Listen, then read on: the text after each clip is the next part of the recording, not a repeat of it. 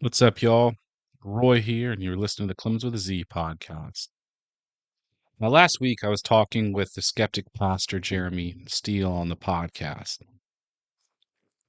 and there's this moment from the conversation that I just can't stop thinking about. He says, I'm certain that I'm wrong about at least 50% of what I believe. I just don't know which 50%. And we both kind of laughed. But damn, has that stuck with me. Because isn't that it, right? That quiet voice inside us that starts to whisper, what if I'm wrong? For most of my life, I would have seen that as a threat, a sin, a weakness. But what if it's actually the beginning? It reminded me in the conversation, I mentioned it too then, and I'll mention it now. It's one of my favorite scenes from the show South Park. And yeah, I know quoting South Park in a conversation about faith might be a little, I don't know, unorthodox, but I'm pretty unorthodox. If you're listening, you probably know that, so just hang on. So in this scene, there's all these people that have died, and they're lining up at the gates of heaven. You've got the Baptists, the Catholics, the Methodists, the Jews, the atheists, all nervously waiting to hear who got it right. And there's this angel that steps forward because they're all like, why am I not in there? I was this, I was that. And the angel steps forward and looks at his clipboard and goes, oof, I'm sorry. The correct answer was Mormonism. And everyone just groans. And it's hilarious, but it's also painfully familiar because I grew up with that same energy. That idea that God was keeping a cosmic scorecard, that if you didn't get the exact right answer, say the right words, or attend the right church, you're out. And underneath all that theology is fear of being wrong, fear of asking questions, fear of letting go of the one version of faith you were handed. But here's what I've learned. Doubt isn't the opposite of faith. Doubt is the thing that cracks the shell. Doubt is the flashlight. It's also the nudge that says, there might be more than this. And yeah, it's scary, but it's also sacred. So today I want to talk about that, about doubt and the power of it, about how letting go of certainty might be the most faithful thing we ever do. And I want to start with a quote from Rob Bell because, of course, I do. He said this: cynicism is easy, it's cheap. It doesn't take much. Belief, hope, those take actual courage. Doubt isn't the enemy. Apathy is. Fear is. But doubt might be how God gets your attention. And I've felt that.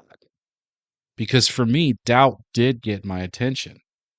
But growing up, doubt was dangerous. Doubt was spiritual weakness. Doubt was what got you off the path.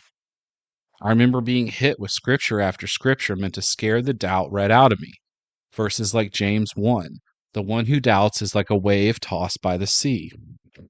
And the next part, that person should not accept to receive anything from the Lord. So I believe that if I had doubt, if I had questions, I had to shove them down, bury them deep, and keep performing, because otherwise God would just not accept me.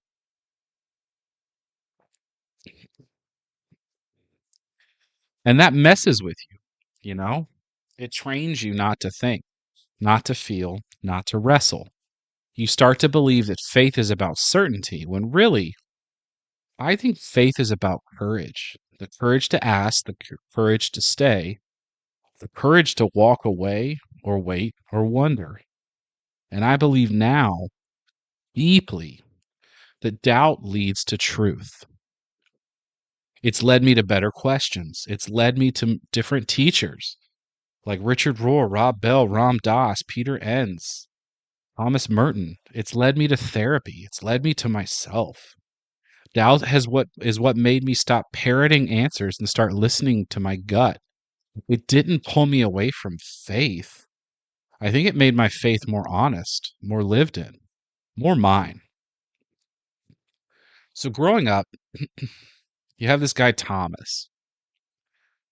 Thomas was a disciple. He was with him. He was with Jesus. And we talked about a lot, but he was always framed as this negative example. You would hear phrase like doubting Thomas. That's what we called him.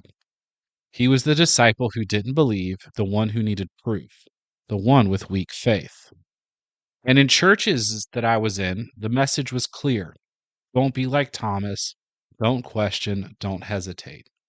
Don't doubt, because doubt means you're unstable and it means God won't accept you. And I internalized that my whole life.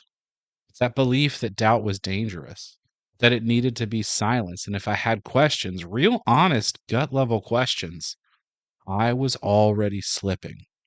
I was the problem and I was already on my way out. But the funny thing is,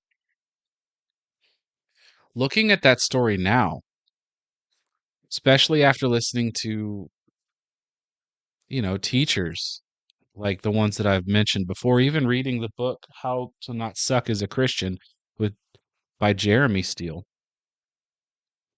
I see something totally different. There's not weakness that I see in Thomas anymore. I see guts.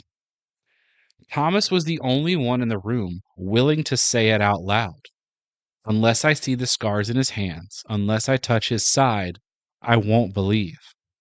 I don't hear that as arrogant anymore. I hear it as honest, as brave.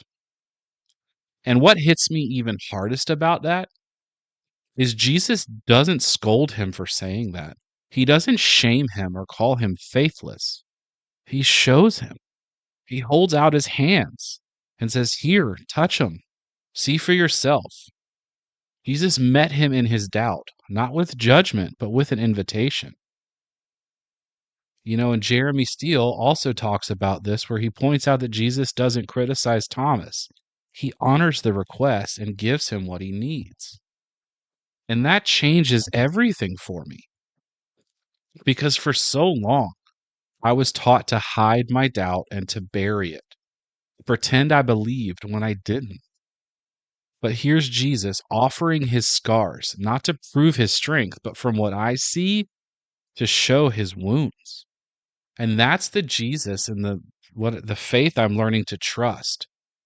To not have a faith that demands certainty, or to put my faith in someone who demands certainty, but the one who says, "You want to see? Come closer, and I'll show you."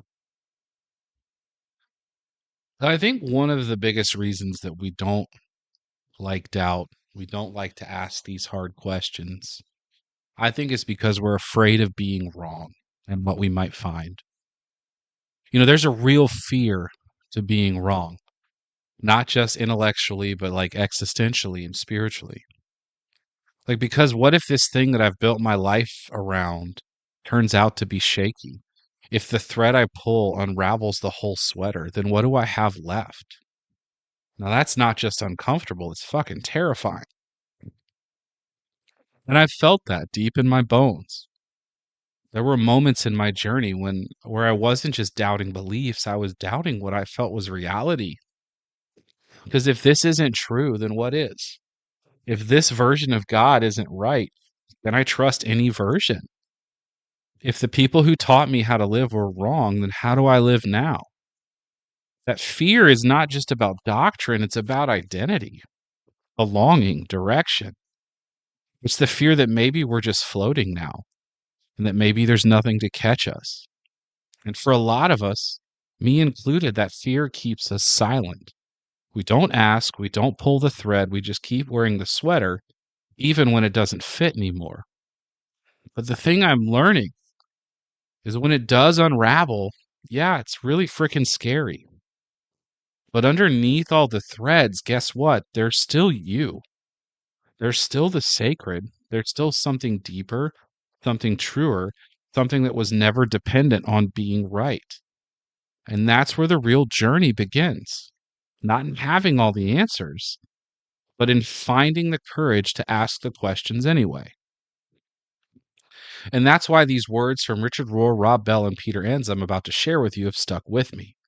Because they don't just offer theology, they offer permission. Permission to not know, permission to let go, and permission to trust something deeper. Because that fear of being wrong is real. It doesn't just go away overnight. But I'm learning that maybe the point of faith was never to avoid the unraveling, Maybe the point is to move through it, to let it strip away what was never real, never solid, and never actually holding us. So I want to share these quotes that have kind of been like, I'll call them spiritual landmarks for me. Each one kind of reframes the fear. Each one's helped me breathe a little deeper when I was afraid the whole thing was falling apart. The first one's from Richard Rohr. The quote says, "People who have moved from mere belief systems to actual inner experience tend to be both humble and wise. They know they don't know, and that's what makes them kind." And that's from the book The Naked Now by Richard Rohr. And I love that quote. It's one that I've had to read a few times because it landed somewhere deeper than just my brain. They know they don't know, and that's what makes them kind. Because growing up, I can remember being taught that not knowing was a virtue, or I don't remember being taught that. Uncertainty wasn't a sign of maturity, uncertainty was a threat. Doubt was dangerous, and questions were suspect. The people with the biggest voices, the biggest platforms, the boldest claims, those were the ones we were supposed to follow and emulate. But you spend enough time unraveling all of this, and you realize the people who are the most certain often aren't the most wise. They're just the most afraid. Rohr talks about the difference between belief systems and inner experience. I think that's the shift I've been slowly making, moving from inherited answers to a lived reality, from just believing things to experiencing them, feeling them in my body, letting them breathe in the silence. And it's changed the kind of person that I want to be. I used to want to be right. Now I just want to be kind. I used to want to have it all figured out. Now I just want to be someone who can sit with people who don't have it figured out without rushing them, fixing them, or throwing verses at them. Because when you've really wrestled with your own unknowing, you get softer, kinder, less threatened, and more grounded. And maybe, I don't know, just maybe that's the kind of faith that actually looks like Jesus. And I've seen that show up in my classroom too when I was a teacher. I used to think that if I didn't have all the answers for my students, I was failing them. That if a kid asked a question that I didn't know, I had to fake it, redirect it, or shut it down. Because if I admitted that I didn't know, in some way I'd lose credibility and then I'd lose control. But the more that I made peace with not knowing, the more I was able to model something deeper for them. When a student asked a question that I didn't have an answer to, I'd pause. I would let them see it. I would say, "You know what? I don't know. Let's figure this out. Let's go find it." And there was something beautiful that happened in those moments. The room opened up, the pressure dropped, and the learning deepened. Because when I stopped pretending to be all knowing, I gave them permission to stop pretending too. And that honestly, that felt holy to me. And that's the kind of humility that Rohr is talking about. A humility that doesn't just shut down questions, it welcomes them. A humility that doesn't just teach facts, it creates space for wonder. And that's the kind of leadership that I want in my life. Not the guy with the clipboard at heaven's gates, not the one with all the right answers and a perfectly curated theology. I want to follow people who've unlearned a little, people who don't flinch when someone says, "I'm not sure I believe that anymore." I want to follow people who've wrestled, who've doubted, and who've stared into the dark and still chosen love. I don't think that I'm alone in that. I really don't. But sometimes I feel like I am. Like this version of faith, this faith with open hands, still feels fringe, feels risky. Because the loudest voices out there, they're the ones shouting certainty, shouting control, and shouting answers. And that's why this next quote from Rob Bell hit me the way it did. Because it doesn't shout, it sways. It reminds me that doubt isn't a breakdown, it's a dance. So the quote is: doubt is a dance, a posture, a willingness to say maybe, and that maybe might just be holy. That comes from his book, What We Talk About When We Talk About God. Maybe. That word, in a lot of ways, terrifies me. We hate that word, maybe. Even as a kid, when your parents say maybe, you hate it, right? Because sometimes maybe might mean no. And maybe sounds kind of like it's slipping, especially with faith, like drifting, like failure. But now, maybe feels like a breath. Because Rob Bell calls doubt a dance. The more I sit with that, the more it feels right. Because doubt isn't static. It's not sitting on the fence paralyzed. It's movement.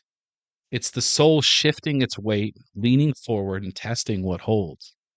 And yeah, it's awkward sometimes, a little clumsy, a little exposed, but it's also deeply human. Because I don't believe that faith is about standing firm. I think faith is learning when to sway. And I used to believe that God needed me to be steady, confident, and unmoving. Now I think God just wants presence, in motion, in wonder, not locked in, but leaning in. And what I found when I stopped demanding certainty from myself, that I stopped demanding it from everyone else too. I've become a better listener. I think a better friend. I hope a better dad. That posture, let's call it the holy maybe. This posture isn't weak. It's what allows for connection, curiosity, and for grace. Because when I'm dancing, I'm not building walls. I'm opening up some space. And isn't that what we're all craving? Not another answer shouted from a stage, but an invitation to move, to feel, to breathe. Doubt didn't pull me away from a faith, it invited me to dance with it. And here's the thing, this dance has taken me places I never would have gone if I stayed still.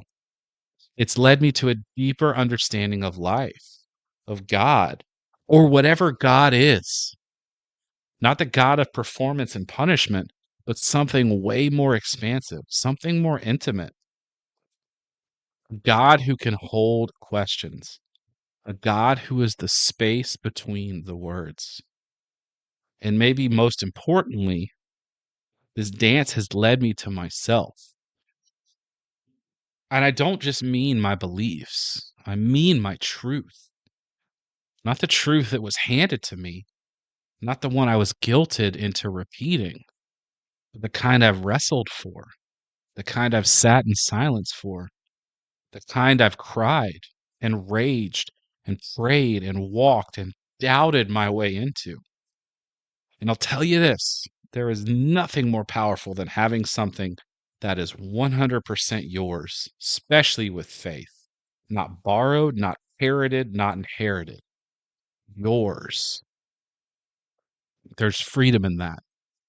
Not because you have all the answers, but because you finally trust the one who is asking the questions. You finally trust you. So the last quote, Peter Enns in the book Sin of Certainty. Quote says, the opposite of faith isn't doubt. The opposite of faith is certainty.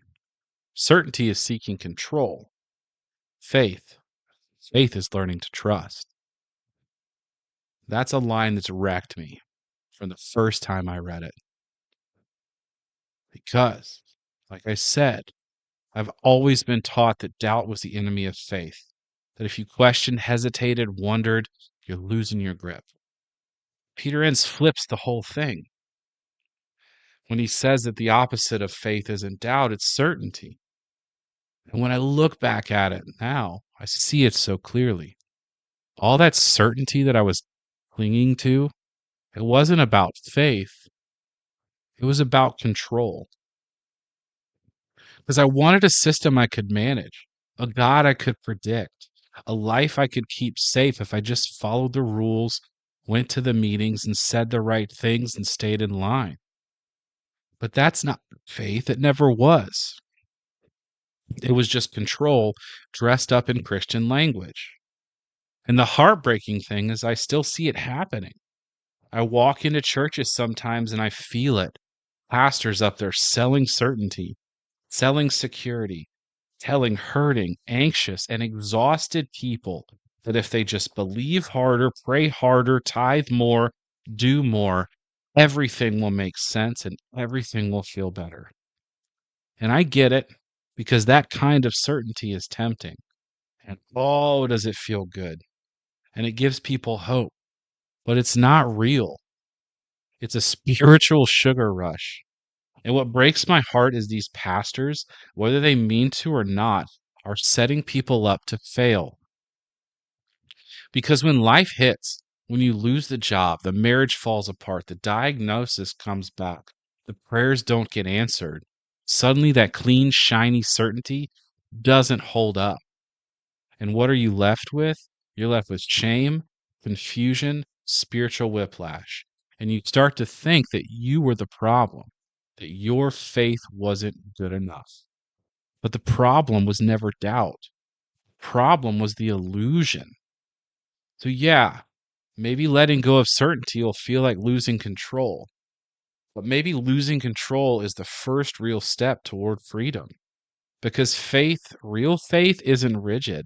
It bends, it breathes. It doesn't need to sell you a guarantee. It just simply says, you're still here. Let's take the next step.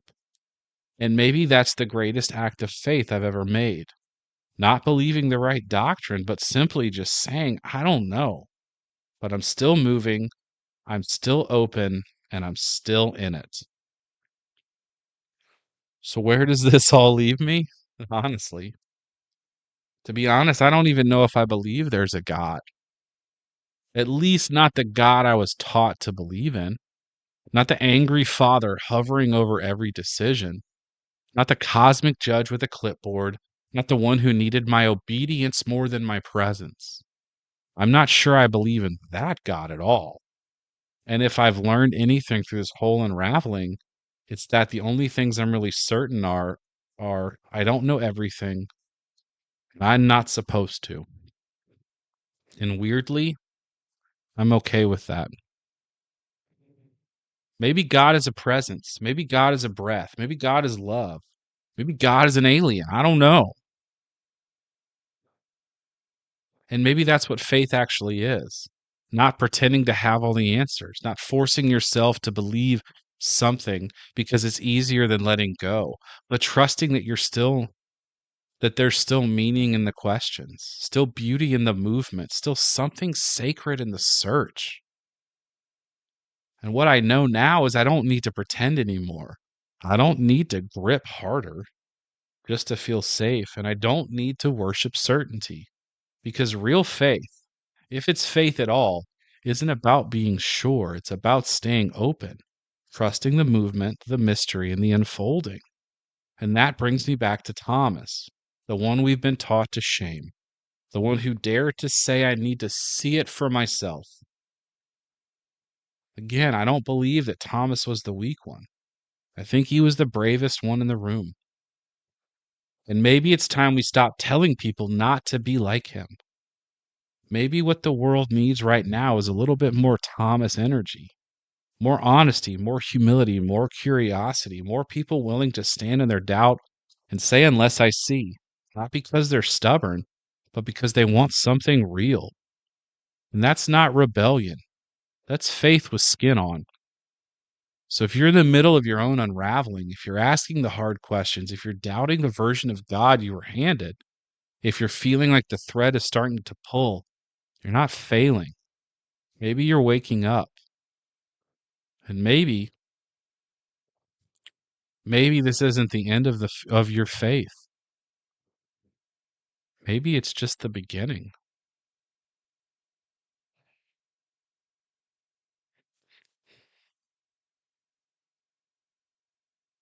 So, hey, thanks for listening to this episode of Clemenz with a Z. If any part of this conversation has stirred something in you, if you're in the middle of your own unraveling, or maybe you're just starting to ask the questions, I want you to know you're not alone. You don't have to rush back to certainty. You don't have to pretend you're fine. There's space here for your questions, your wonder, your Thomas energy. If you want to keep the conversation going, you can always reach out to me at clemenswithaz@gmail.com, or you can direct message me at the Clemenz with a Z Instagram page. You can find more episodes, reflections, and merch over at clemenswithaz.com. It's the quickest way to support the podcast. Um, Also, if you like, rate, review, subscribe, that also helps people get to these conversations. You can donate to the GoFundMe link, which will be down in the show notes. But until next time, keep doubting, keep dancing, and keep asking better questions. Peace.